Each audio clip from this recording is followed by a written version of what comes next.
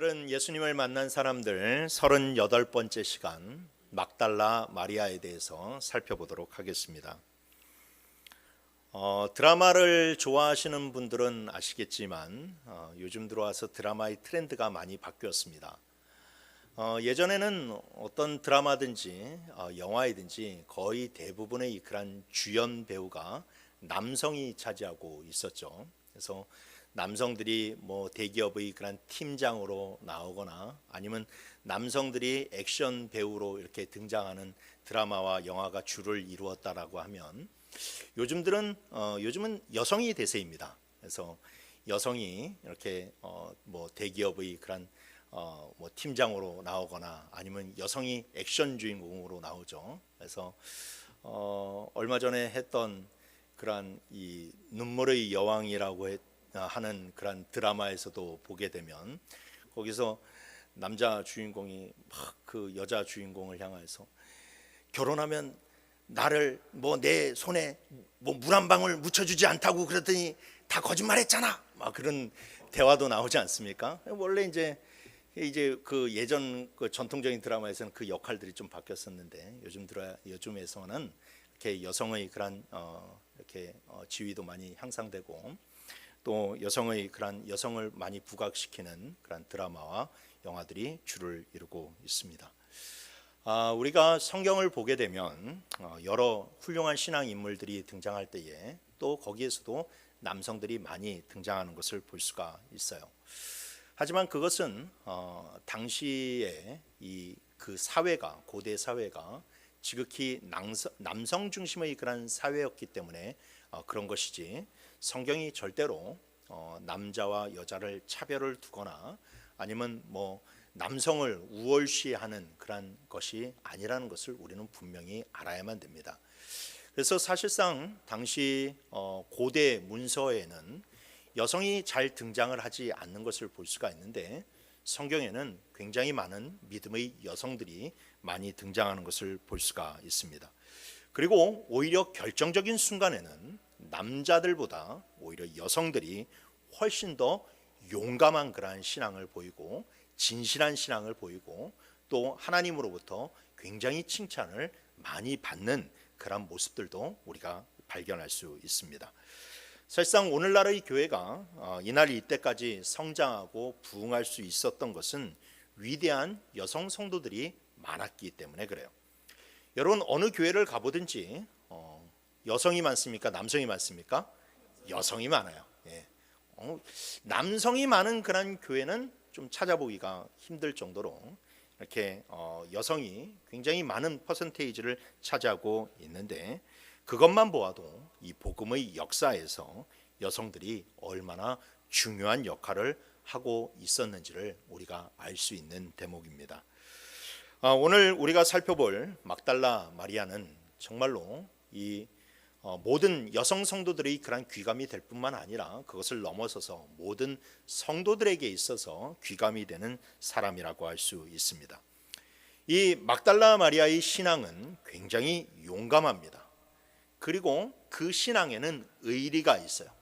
이 의리라고 하는 그런 단어를 떠올리면 우리가 남성을 생각하기가 굉장히 쉬운데 오히려 우리는 이 막달라 마리아의 그 이야기를 살펴보면서 진정한 의리 그리고 끝까지 함께하는 그 의리가 무엇인지에 대해서 우리가 발견할 수 있게 된다라는 것이죠.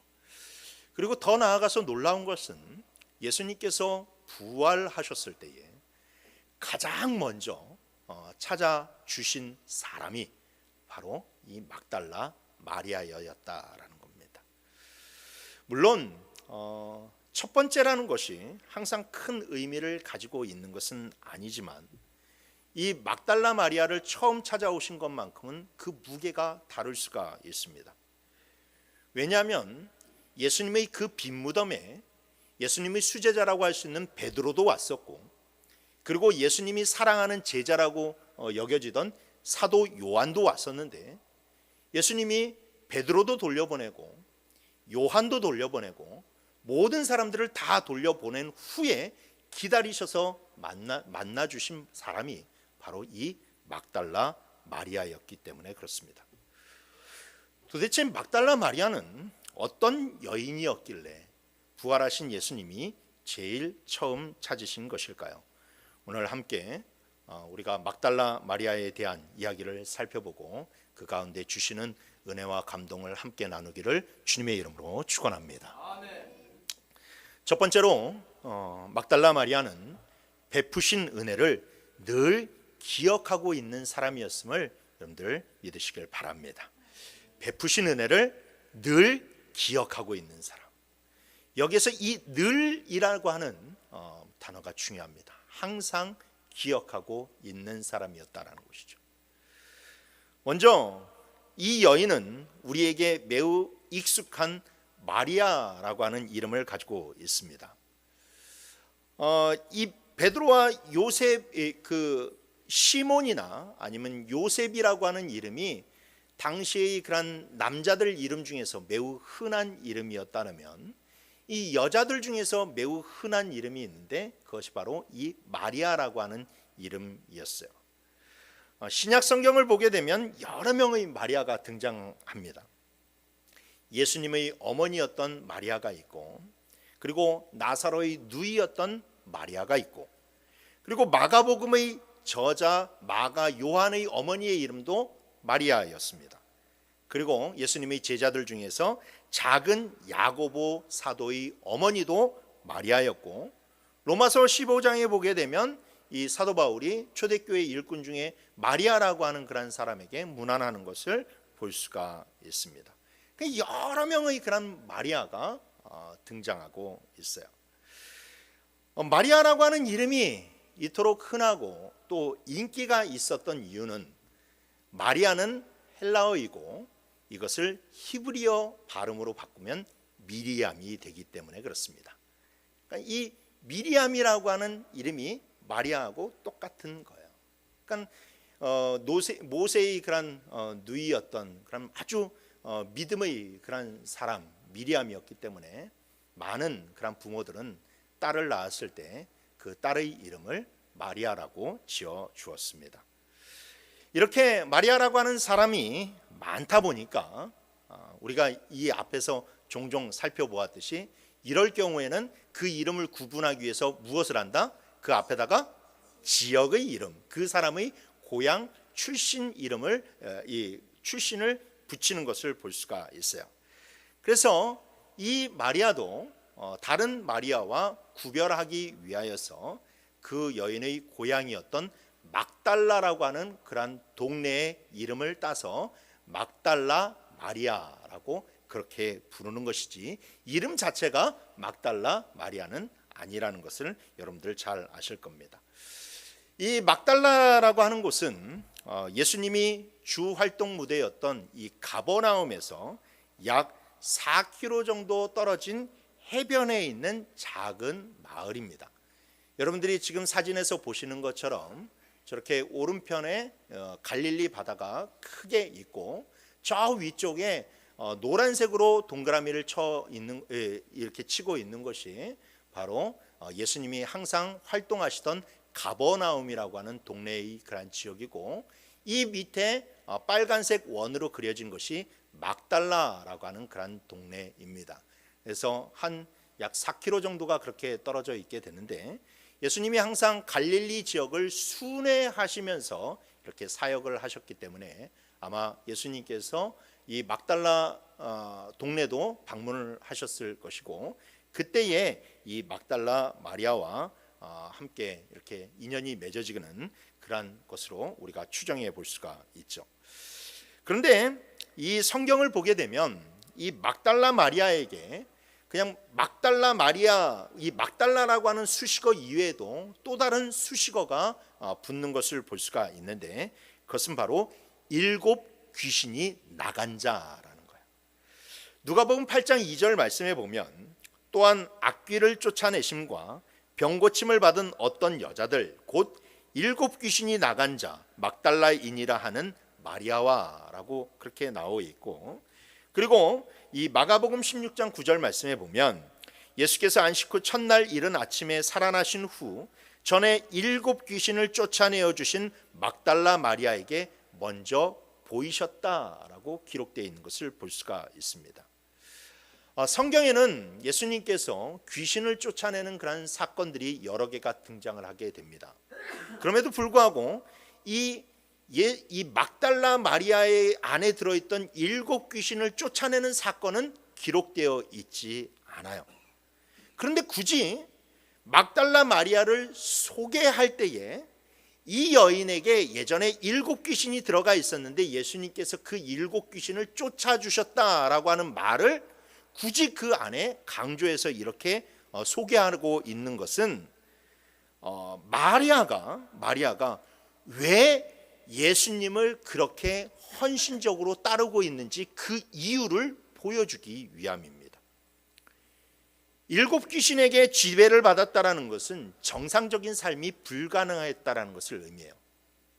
이것은 단순히 7마리의 귀신이 한 사람 안에 들어가 있다라는 것을 의미하는 것이 아니라 7이라고 하는 숫자가 성경에서 완전수를 가리키기 때문에 정말로 이 7 귀신이 들어가 있다는 것은 그가 귀신의 완전한 지배를 받았다라는 것을 뜻하고 있는 겁니다.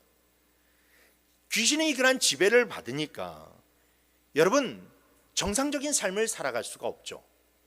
더구나 이 여성이 귀신에 사로잡혀서 살아왔으니 그 삶이 얼마나 피폐했겠습니까? 정말로 머리는 모두 다 헝클어지고 그 귀신이 역사하는 모습이 어떤 식으로 나타나는지는 모르겠지만 그러나 나중에 그가 정상으로 되돌아왔을 때 그 지나간 시간들을 되돌이켜 보게 되면 보통 사람들 같았으면 인생에 있어서 가장 지우고 싶은 어두운 시절이었을 거예요. 정말로 어떻게 해서든지 사람들이 그것을 알지 못했으면 좋겠다. 그래서 지금이라고 하면 이사를 가고 싶으면 이사도 가고 싶을 것이고, 그리고 내 얼굴을 사람들이 알아보지 못하도록 하기 위해서 성형이라도 하고 싶은 그런 아픈 과거가 바로 이 7 귀신의 지배를 받은 시기가 아니었겠습니까? 그런데 막달라 마리아는 이상하게도 자기가 오히려 감추어야 할 그 과거를, 부끄러운 과거를 숨기지 않았습니다. 오히려 사람들 앞에서 자신이 이전에 7 귀신에게 지배를 받았다가 나음을 받은 사람이라고 그렇게 소개를 하였습니다.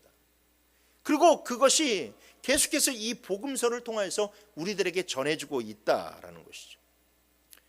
막달라 마리아가 이것을 숨기지 않고 사람들 앞에서 자기의 그런 지나간 어두운 과거를 그렇게 공포할 수 있었던 것은, 왜냐하면 그것이 자기 인생에서 가장 잊지 못할 은혜였기 때문인 줄 믿으시길 바랍니다. 아멘. 그게 가장 자기가 받은 귀한 은혜였기 때문에 그래요. 도저히 인간다운 삶을 살 수 없을 거라고 생각했는데, 내가 이 마귀의 권세를 절대로 이기지 못할 것이라고 그렇게 다 자포자기하고 있었는데, 어느 날 예수라는 분이 자기에게 찾아오셔서 자기에게 손을 얹으시고 명령하심으로 말미암아 귀신의 그런 권세가 쫓겨나가게 되고, 그 순간 자기가 정말로 정상적인 그런 삶을 회복했을 때 여러분 그 감격이 얼마나 컸겠습니까? 정말로 그것은 꿈과 같은 그런 순간이었죠. 그래서 막달라 마리아는 그 깊은 은혜를 경험하였고, 그리고 그 은혜를 잊지 않았고, 그리고 늘 그 은혜에 합당한 삶을 살아가려고 노력했습니다. 즉 입으로만 내가 하나님께 은혜를 받았다라고 말하는 것이 아니라 자기의 삶의 모습으로, 자기의 신앙의 모습으로, 자기의 헌신된 삶을 통해서 자기가 받은 은혜가 얼마나 큰 은혜인지 그 큰 은혜의 크기를 증명하면서 살아가는 사람이었다. 막달라 마리아가 제일 처음에 성경에서 언급되는 것은 누가복음 8장 2절 3절의 그런 말씀입니다. 그 말씀은 이렇죠. 또한 악귀를 쫓아내심과 병고침을 받은 어떤 여자들, 곧 7 귀신이 나간 자 막달라인이라 하는 마리아와 헤롯의 청지기 구사의 아내 요한나와 수산나와 다른 여러 여자가 함께 자기들의 소유로 그들을 섬기더라라고 그렇게 나오고 있습니다. 당시에는 예수님의 사역을 물심양면으로 돕는 그런 믿음이 좋은 여성들이 여럿이 있었습니다. 그리고 막달라 마리아도 그 중에 한 명이었어요. 그런데 저 명단에서 보게 되면 막달라 마리아는 아주 중요하게, 그리고 자세하게, 그리고 제일 처음에 언급이 되는 것을 볼 수가 있습니다. 사실 저 명단에서 물질적인 헌신의 가치로 따지자면 아마도 헤롯의 청지기 구사의 아내 요한나가 예수님을 가장 크게 도왔을 거예요. 물질적으로도 여러 가지 방면으로도 굉장히 크게 도왔을 것입니다. 그리고 사회적인 신분도 당연히 이 막달라라고 하는 아주 작은 시골 마을 출신이었던 막달라 마리아보다도 훨씬 더 이 구사의 아내 요한나가 사회적인 그런 신분도 더 잘 갖추고 있습니다. 그럼에도 불구하고 이 막달라 마리아의 이름이 다른 모든 여인들의 이름에 앞서는 것은 그의 섬김과 그의 헌신이 누구보다도 1등각이었기 때문에, 1등이었기 때문에. 그래서 정말로 자기들의 그런 소유로 예수님을 섬기고 예수님을 돕는 데 있어서 누구에게도 뒤처지지 않는 그런 열심과 섬김이 있었기 때문에 그는 항상 그 여인들의 이 이름에서, 그 명단에서 첫째를 차지했다라는 겁니다. 사실 기독교를 부정하고 성경을 더럽히려고 하는 그런 사람들은 종종 이 예수님을 이렇게 모욕할 때 이 막달라 마리아라고 하는 인물을 가지고 나올 때가 종종 있습니다. 그 주장이, 거짓 증언이 무엇이냐? 예수님과 막달라 마리아가 서로 연인 사이였다, 아니면 서로 부부 사이였다라고 그렇게 거짓 주장을 펼친다라는 것이죠. 전 세계적으로 히트를 쳤던 지저스 크라이스트 슈퍼스타라고 하는 뮤지컬이 있는데, 그 뮤지컬에서 보게 되면 막달라 마리아가 청년 예수를 이성적으로 사랑하는 그런 장면이 나오게 됩니다. 또 소설이나 영화로 그려졌던 다빈치 코드라고 하는 그런 소설에서는 아예 막달라 마리아가 예수와 결혼을 했다라고 하는 황당무계한 주장이 나오게 되죠. 그리고 그리스도 최후의 유혹이라고 하는 그런 이 영화를 보게 되면 이 막달라 마리아와 예수님의 그런 사랑이 굉장히 극단적으로 그려져 있는 것을 볼 수가 있어요. 이렇게 안티크리스찬들의 그런 이 공격의 그런 대상으로 막달라 마리아가 항상 이렇게 자주 등장을 하게 되는 것은 초대교회 이단들이 만든 서적 중에 도마복음과 빌립복음이라는 아주 이상한 서적이 있는데, 항상 그 서적에 막달라 마리아의 그 서적 안에는 막달라 마리아의 헌신을 오해하도록 적어 놓았기 때문에 그래요. 마치 막달라 마리아가 헌신을 하는 것이 예수님을 이성적으로 사랑하기 때문에, 딴 마음을 품었기 때문에 그렇게 하는 것이다 라고 하는 아주 잘못된 그러한 기조로 그것을 적어 놓았기 때문에 그렇습니다. 그런데 여러분, 이것은 한편으로 보았을 때 이단들에게 있어서도 정말로 그 막달라 마리아의 그런 헌신을 정말로 무시할 수 없을 만큼, 정말로 이단들이 이 예수님을 깎아내리려는 것처럼 이 막달라 마리아도 그렇게 깎아내려야 할 대상이 될 만큼 그녀의 그런 헌신이 그런 초대교회에 있어서도 굉장히 주목받는 헌신이었다라는 것을 증명해 준다라는 것이죠. 그렇습니다. 막달라 마리아는 자신이 받은 은혜의 가치를 아는 사람이었어요. 그리고 그것을 아는 것이 아니라 늘 기억하고 있는 사람이었습니다. 귀신에 눌려 참된 삶을 살 수 없었던 자신을 자유케 하고, 그리고 자신에게 아름다운 삶을 회복하게 하신 그 은혜의 가치를 아무리 시간이 지나도 잊지 않는 사람, 그 사람이 바로 막달라 마리아였습니다. 여러분, 그렇다면 저와 여러분들은 어떻습니까? 여러분, 여기에 있는 저와 여러분 모두도 우리 또한 주님의 은혜를 받은 사람인 줄 믿습니다.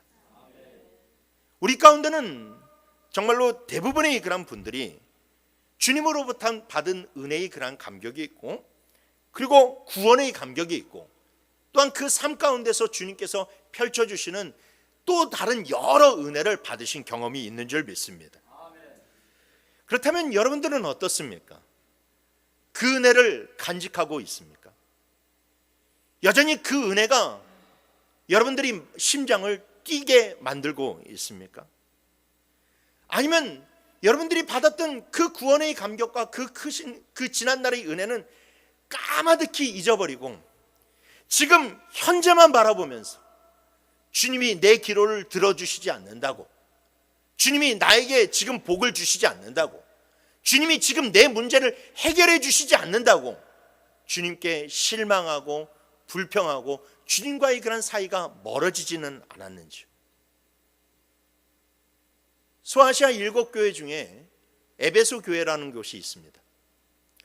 에베소 교회는 에베소라고 하는 그런 지역이 굉장히 당시에 큰 대도시였기 때문에 에베소 교회 또한 그 가운데 소아시아 7교회 중에서 매우 규모를 자랑하는 그런 교회였고, 또 성도들도 많았고, 또 그 많은 헌금을 가지고 많은 선한 일도 하는 교회가 바로 에베소 교회였습니다. 그러니까 오늘날로 따지자면 좀 규모 있는 그런 교회였다라는 거예요. 그래서 성도들도 많이 모이고 착한 선행도 많이 하고, 그리고 든든히 서가는 열심 있는 교회였어요. 그런데 이 교회가 책망을 받습니다. 겉으로 보기에는 아무런 문제가 없는 것 같은데, 그런데 그 교회가 주님께 책망을 받았습니다. 어떤 책망을 받았을까요? 요한계시록 2장 4절 말씀에 그러나 너를 책망할 것이 있나니 너의 처음 사랑을 버렸느니라. 사랑을 버렸다라는 것이 아니라 처음 사랑을 버렸다라고 이야기합니다. 구원의 감격을 잃어버렸다라는 거예요. 어느 그 순간서부터 자기가 처음 받았던 그 은혜, 그 구원의 그런 감격을 잃어버리고 현세에만 집중하면서 살아가고 있다라는 것이죠. 늘 주님의 이 그런 사랑을 오늘 내가 받은 은혜로 주님이 나를 사랑하시는지 안 사랑하시는지 그거에 따라서 그렇게 판단을 하고, 오늘의 그런 삶에 따라서 내 신앙이 자꾸만 영향을 받는 겁니다. 주님이 오늘 내게 좋은 것을 주시면 내가 기분이 좋아서 더 주님께 나아가고, 그러나 오늘 내가 삶이 힘들면 나의 그런 신앙도 정말로 시들해지고 나의 믿음도 시들해지는, 그렇게 오르락내리락 하는 그런 신앙을 했다라는 것이죠. 이것은 커다란 문제였습니다. 아니, 주님이 그것은 굉장히 커다란 문제라고 말씀을 하십니다. 왜냐? 받은 은혜의 감격을 잃어버린 자에게서는 촛대를 옮기실 것이라고 말씀하셨기 때문에 그래요. 요한계시록 2장 5절 말씀에 그러므로 어디서 떨어졌는지를 생각하고 회개하여 처음 행위를 가지라. 만일 그리하지 아니하고 회개하지 아니하면 내가 내게 가서 내 촛대를 그 자리에서 옮기리라. 아멘. 여러분, 처음 은혜를 잊어버렸다는 것은 구원의 은혜를 잊어버렸다는 거예요. 그러니까 그 신앙의 구원의 은혜에 대한 감격은 잃어버리고 매 세상의 은혜에 대한 그런 기쁨과 즐거움만 있었다는 거예요. 여러분, 그것이 문제가 아니고 또 무엇이 문제겠습니까? 여러분, 사실상 우리가 주님으로부터 많은 은혜를 받습니다. 여러분, 솔직히 주님이 여러분들에게 많은 은혜를 주시잖아요. 세상의 물질에 대한 은혜도 주시고 건강의 은혜에 대한 은혜도 주시고 삶에 대한 은혜도 많이 주세요. 그러나 여러분, 주님이 여러분들에게 주시는 가장 큰 은혜는 바로 구원의 은혜인 줄 믿으시길 바랍니다. 사실상 여러분, 우리가 이 땅에 살면서요, 그 많은 수많은 은혜를 받지 못해도 사실상 우리가 구원의 은혜를 받은 것 그 하나만으로도 우리가 주님 안에서 평생토록 열심히 있게 주님을 헌신할 이유가 충분하다라는 것이죠. 그래서 여러분, 우리는 늘 우리의 그런 신앙의 동기가 나를 구원하신 예수님, 나에게 생명을 주신 그 예수님의 은혜가 돼야 될 줄 믿습니다. 그 은혜에 대한 감격이 실종되면 여러분, 촛대가 옮겨지게 돼요. 그러니 우리도 막달라 마리아처럼 내가 받은 그 첫 은혜, 정말로 그 첫사랑의 은혜를 늘 기억하고 나아갔으면 좋겠습니다. 아멘. 그 은혜만 생각하면 지쳐있던 내 마음도 다시금 살아나고, 죽어있던 내 영혼도 살아나서 아멘. 주님 아버지 앞에 정말로 기쁨으로 나올 수 있는 우리 모두가 되기를 주님의 이름으로 축원합니다. 아멘. 두 번째로 막달라 마리아는 주님과 끝까지 함께한 사람이었다라는 것을 여러분들 기억하시길 바랍니다. 아까도 살펴보았듯이 막달라 마리아의 이름은 예수님의 공생의 사역이 한창일 때에 그냥 짤막하게 이름이 한 번 등장할 뿐이지 대부분 예수님의 그런 복음서의 그런 대부분의 내용에서는 그 이름이 잘 등장하지 않아요.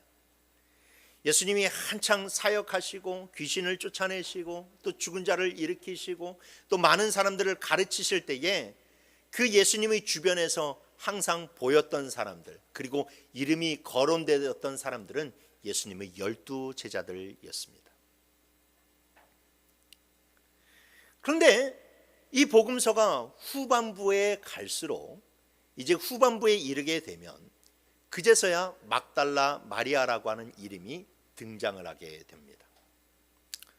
막달라 마리아의 이름이 처음 등장하게 되는 것은 바로 예수님이 십자가에 못 박히셨을 때이죠. 막달라 마리아는 십자가에 달린 예수님 그 앞 밑에 있으면서 예수님의 어머니 마리아를 위로하고, 그리고 본인도 예수님의 십자가의 죽음을 똑똑히 목격하면서 그 안에서 슬퍼하였습니다. 요한복음 19장 25절 말씀에 예수의 십자가 곁에는 그의 어머니와 이모와 글로바의 아내 마리아와 막달라 마리아가 섰는지라 라고 나와 있죠. 그리고 그 다음으로는 우리가 지난주에 살펴본 아리마대 요셉의 이야기에서 또 막달라 마리아가 등장을 하게 됩니다. 마태복음 27장 59절서부터 61절 말씀에 요셉이 시체를 가져다가 깨끗한 세마포로 싸서 바위 속에 판 자기 새 무덤에 넣어두고 큰 돌을 굴려 무덤 문에 놓고 가니 거기 막달라 마리아와 다른 마리아가 무덤을 향하여 앉았더라 라고 나와 있죠. 예수님의 영혼이 떠나가신 후에 예수님의 어머니와 다른 사람들도 다 그 십자가 상에서 떠나갔습니다. 그래도 막달라 마리아는 예수님의 십자가 곁을 떠나지 않았어요. 그리고 조금 있다가 아리마대 요셉이라고 하는 사람이 와서 십자가에서 예수님의 시신을 내리고 예수님을 무덤에 안치하였습니다. 그리고 예수님이 무덤을 안치한 후에도 이후에 아리마대 요셉은 자기의 집으로 갔습니다. 그러나 그때도 막달라 마리아는 굳게 닫힌 이 예수님의 무덤 앞에서 털썩 주저앉아 한참 동안 그 무덤을 바라보고 있었습니다.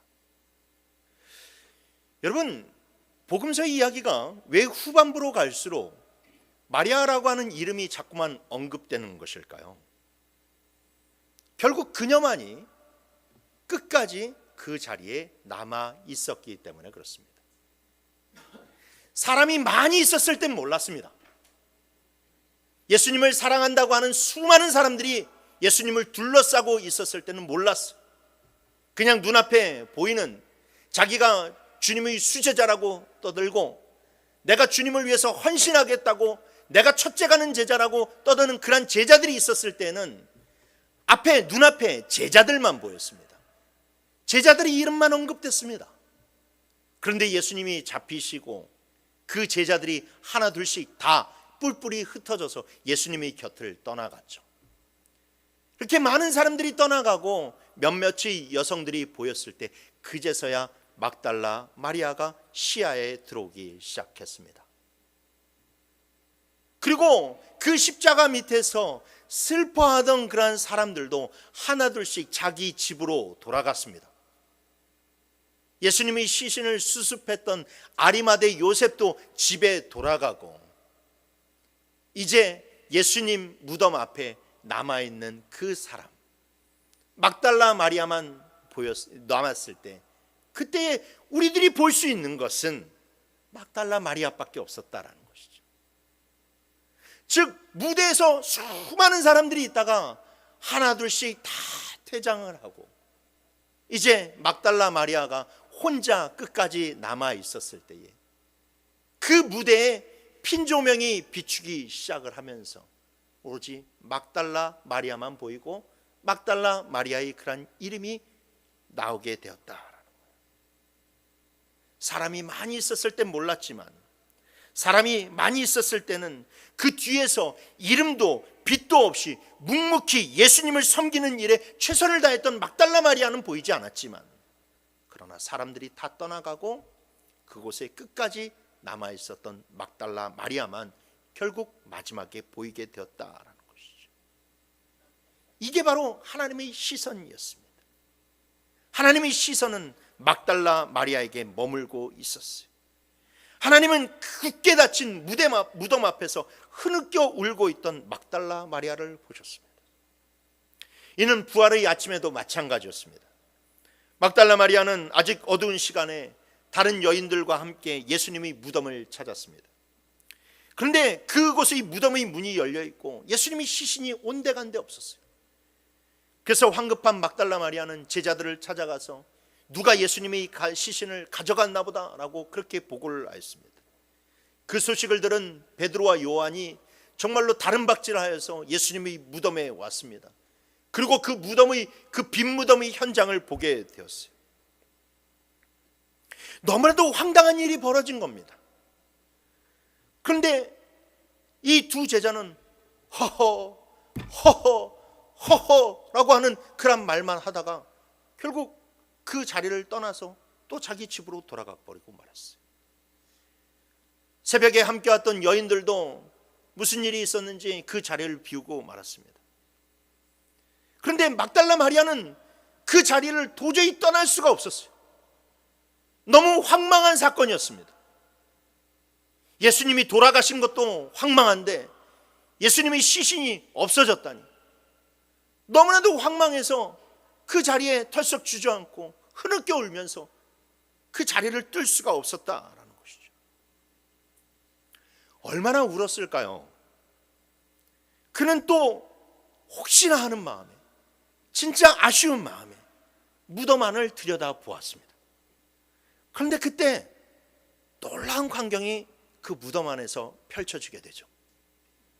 예수님이 누이셨던 그 자리에 흰옷을 입은 두 천사가, 하나는 예수님의 머리맡에, 하나는 예수님의 발끝이 놓여졌던 그 자리에 두 천사가 앉아 있는 것이었습니다. 여러분, 이것은 정말로 놀라운 그런 순간입니다. 단순히 천사가 나타났기 때문에 놀라운 순간이 아니에요.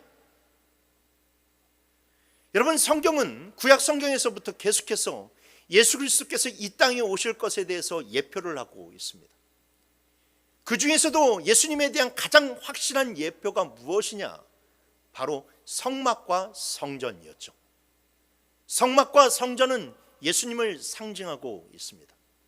그리고 그 성막과 성전의 핵심은 지성소입니다. 그리고 그 지성소 안에는 법궤가 놓여져 있습니다. 법궤 안에는 무엇이 있습니까? 두 돌판이 있고 만나 항아리가 있고 아론의 쌍난 지팡이가 들어있었습니다. 이 세 가지는, 두 돌판은 말씀 대신 예수님을 예표하고 있고, 만나 항아리는 생명의 떡으로 오신 예수님을 예표하고 있고, 아론의 쌍난 지팡이는 부활의 생명을 가지고 오실 예수님을 예표하고 있다라는 것이죠. 그리고 그 위에, 법궤 위에 두 천사의 그러한 형상을 놓아서 그것을, 이 사건들을 예표하고 있는데, 바로 오늘 이 본문에서 지금 마리아가 보고 있는 그 광경이 그 성막을 통해서, 그 성전을 통해서, 그 법궤를 통해서 그 나중에 오실 그 예수님의 영광, 부활 생명의 그런 예수님의 영광을, 그 실체를 지금 보여주고 있는 거예요. 근데 그 실체를 그 누구에게도 보여주시지 않고, 베드로에게도 보여주시지 않고, 요한에게도 보여주시지 않고, 그 막달라 마리아에게 보여주고 있다라는 것이죠. 여러분, 이것이 얼마나 놀라운 사건인지 모릅니다.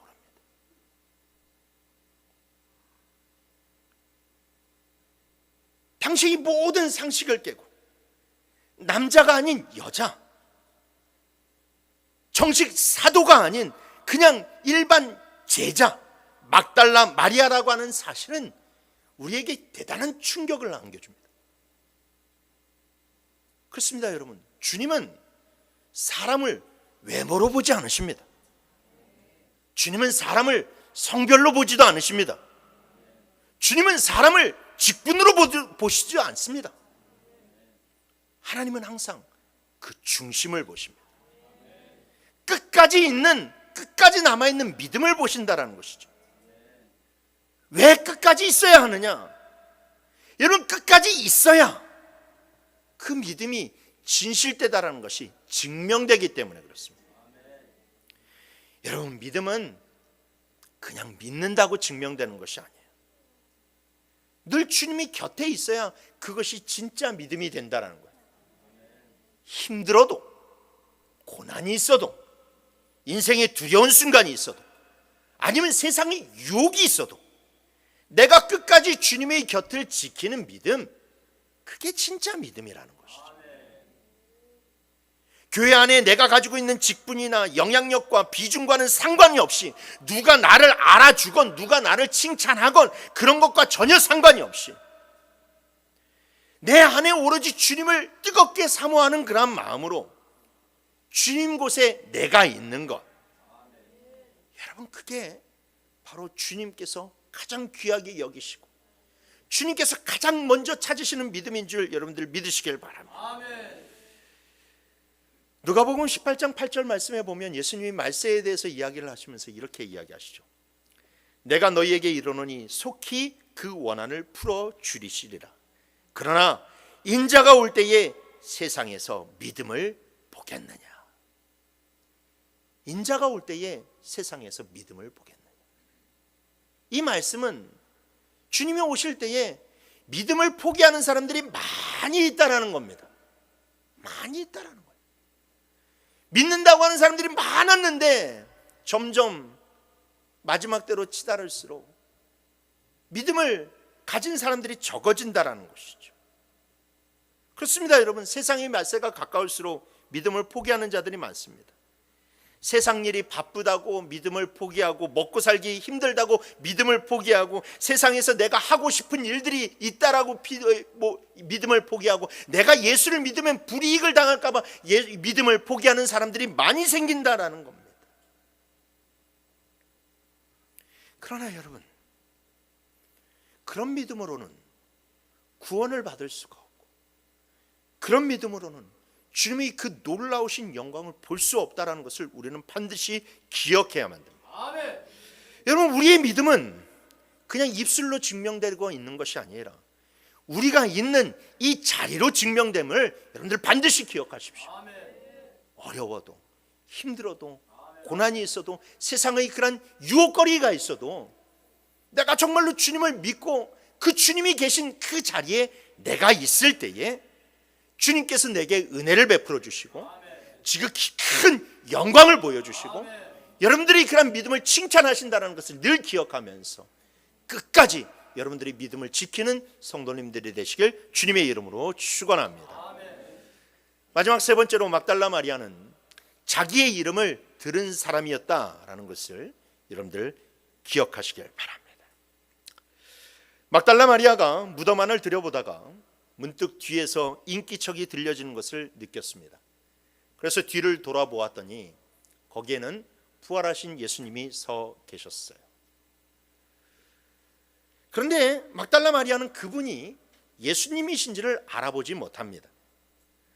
사실 이 신비한 현상은 왜 그런지는 우리가 자세히 설명을 할 수는 없지만, 그러나 나중에 엠마오로 가는 두 제자도 하루 종일 예수님과 대화를 나누었음에도 불구하고 예수님을 알아보지 못하는 그런 장면들이 나오는 것을 보았을 때 이제 예수님을 알아보는 그런 관계가 변화가 생겼음을 우리가 살펴볼 수 있죠.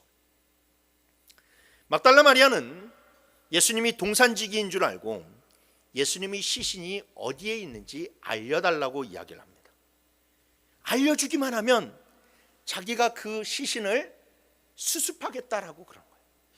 아마도 예수님이 로마의 그런 죄인으로 십자가에 달려서 돌아가셨으니까 예수님의 그런 시신을 어디에다 갖다 버려서 유기했다라고 생각했던 것 같아요. 그런데 여러분, 원래대로라면 이 뜨거운 중동 지역에서는 그 시신을 바로 그날 장사를 하는 이유가 바로 그날서부터 부패가 시작하기 때문에 그래요. 근데 사흘이 지났지 않습니까? 사흘째 되던 날이었기 때문에 이미 예수님의 그런 시신이 부패가 많이 진행됐을 거라고. 그래서 우리가 읽었던 이 본문의 5절 말씀에서도 보게 되면 사도 요한이 막 예수님 그 시신이 없어졌다는 것을 보면서 베드로보다 더 빨리 달려와서 예수님의 그런 무덤 앞에는 왔는데 선뜻 그 무덤 안에 들어가질 않잖아요. 왜? 그 시신이 부패가 되었을 것이고, 시신이 있었다면 그 시신이 부패가 되었을 것이고, 그러면 자기가 그 안에 들어가는 순간 부정함을 잊기 때문에 그렇습니다. 그래서 주저주저 하는 거예요. 그런데 막달라 마리아는 뭐라고 이야기합니까? 시신이 어디에 있는지 저에게 알려주면 제가 가서 그것을 수습하겠다라는 거예요. 이미 썩었을 텐데, 구더기도 들끓을 텐데. 그런데 그거와 상관없이 그 시신이 어디에 있는지를 알려주면 자기가 가서 그것을 수습하겠다는 거예요. 부활하신 예수님이 아까 그 요한의 그런 모습을 안 보셨겠어요? 근데 그 모든 것을 다 지켜보았다가 이 마리아의, 막달라 마리아의 이 한마디에 예수님의 그런 마음이 확 무너지게 되는 거죠.